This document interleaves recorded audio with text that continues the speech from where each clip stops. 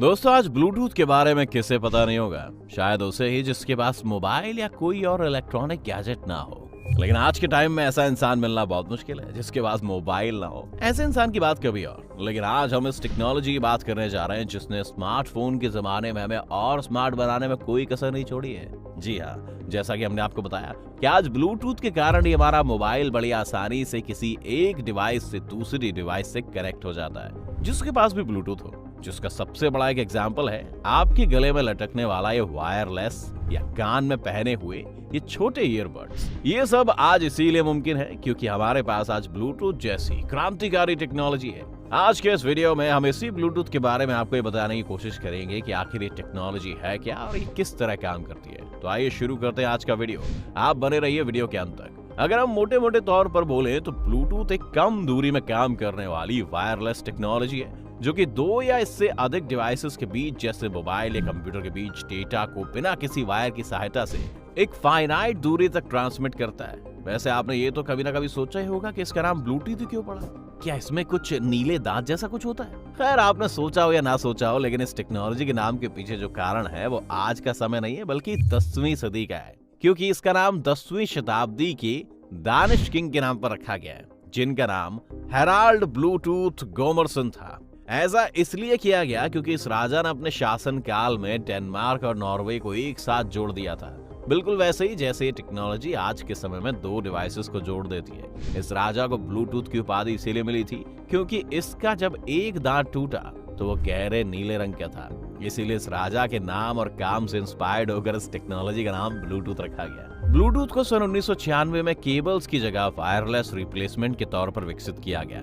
ये भी दूसरी वायरलेस टेक्नोलॉजी जैसे कि घर और ऑफिस में प्रयोग होने वाले कॉर्डलेस फोन्स और वाईफाई राउटर्स की तरह 2.4 गीगाहर्ट्ज फ्रीक्वेंसी पर ही काम करता है। अब आप सोच रहे होंगे कि इसका क्या मतलब है। तो दोस्तों, हर वो डिवाइस जो कि नेटवर्किंग के काम में आती है उनसे एक तरह की इलेक्ट्रोमैग्नेटिक फ्रीक्वेंसी निकलती रहती है और वो फ्रीक्वेंसी एक फिक्स्ड अमाउंट की होती है और इसका निर्धारण सरकार द्वारा किया जाता है। इस फ्रीक्वेंसी पर निकलने वाली ये वेव्स जब एक डिवाइस से दूसरे डिवाइस तक जाती है तो दोनों ये चेक करती है कि आने वाले सिग्नल में सेम फ्रीक्वेंसी की वेव है तो वो उसके साथ जुड़ने की कोशिश करती है, जिसे आप पेयरिंग कहते हैं। अगर बात वापस से ब्लूटूथ की करें तो अपने चारों तरफ 10 मीटर यानी करीब 33 फुट के दायरे में एक रेडियस वायरलेस नेटवर्क का निर्माण करता है जिसे पर्सनल एरिया नेटवर्क पैन या पिकोनेट कहते हैं, जो कि 2 से लेकर 8 डिवाइस के बीच में संपर्क स्थापित कर सकता है। फॉर एग्जाम्पल, अगर आप अपने कमरे में मोबाइल फोन से कंप्यूटर पर फोटो भेजना चाहते हैं तो ब्लूटूथ के माध्यम से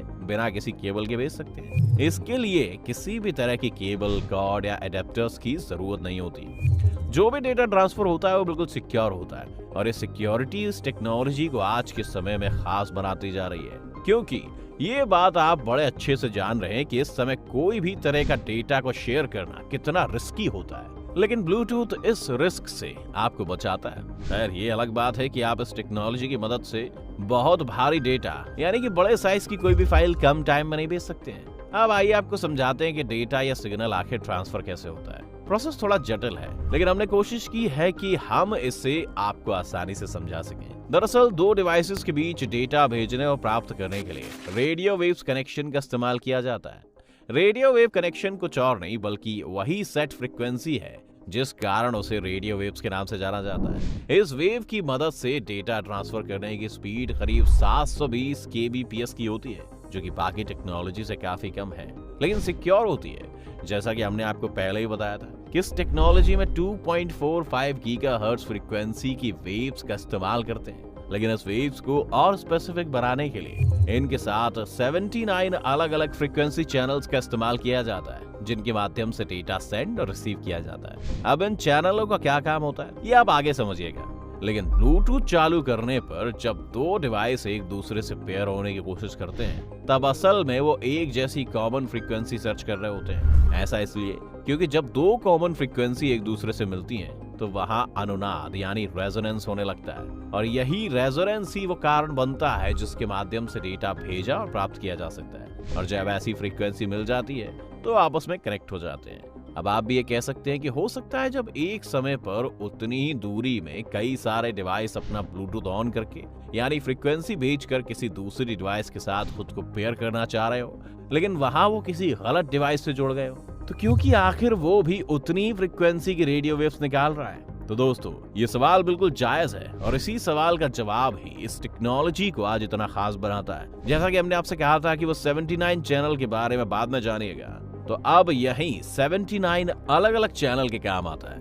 दरअसल इन 79 चैनल्स में से ये डेटा ट्रांसफर सिर्फ 2 चैनलों से होता है, इसीलिए वो इतना स्पेसिफिक हो जाता है कि उन्हीं 2 चैनलों पर आने वाले स्पेसिफिक रेडियो वेव्स ही आपस में कनेक्ट होती हैं, बाकी सब खाली चली जाती हैं और ये अन्य डिवाइसेस के कनेक्शन में बाधा नहीं डालता है, क्योंकि वो अलग अलग फ्रीक्वेंसी चैनल का इस्तेमाल करते हैं और ओवरलैप नहीं होते। साधारण शब्दों में इसे प्रिंसिपल बिहाइंड ब्लूटूथ टेक्नोलॉजी कहा जाता है। अब अगर से ईयरफोन या माउस या एलेक्सा और सीरी के लिए समझें तो उसमें भी बिल्कुल ऐसा ही होता है। वहाँ डेटा की जगह एक प्रॉपर सिग्नल उसी फ्रीक्वेंसी और चैनल पर ट्रांसमिट होती है, जिसे बाद में दूसरे डिवाइस में लगे ब्लूटूथ चिप की मदद से रीड करके प्रोसेस में लगाया जाता है। फिर चाहे वो आपके माउस का क्लिक हो या ईयरफोन में आने वाली आवाज, सब ऐसे ही काम करते हैं। दोस्तों, ये थी वो पूरी जानकारी जिसकी मदद से आप ब्लूटूथ के बारे में वो सब जान और समझ सकते हैं, जिससे आपको इसका वर्किंग अच्छे से समझ में आ जाए। अगर बात इस टेक्नोलॉजी के एडवांटेज का करें तो ब्लूटूथ में वाईफाई की अपेक्षा बहुत ही कम पावर कंजप्शन होता है। साथ ही ब्लूटूथ को कनेक्ट करना बहुत आसान है। इसके लिए किसी ऐप या फाइल को पहले इंस्टॉल नहीं करना पड़ता है। साथ ही इन ब्लूटूथ की कीमत भी और टेक्नोलॉजी से काफी कम होती है।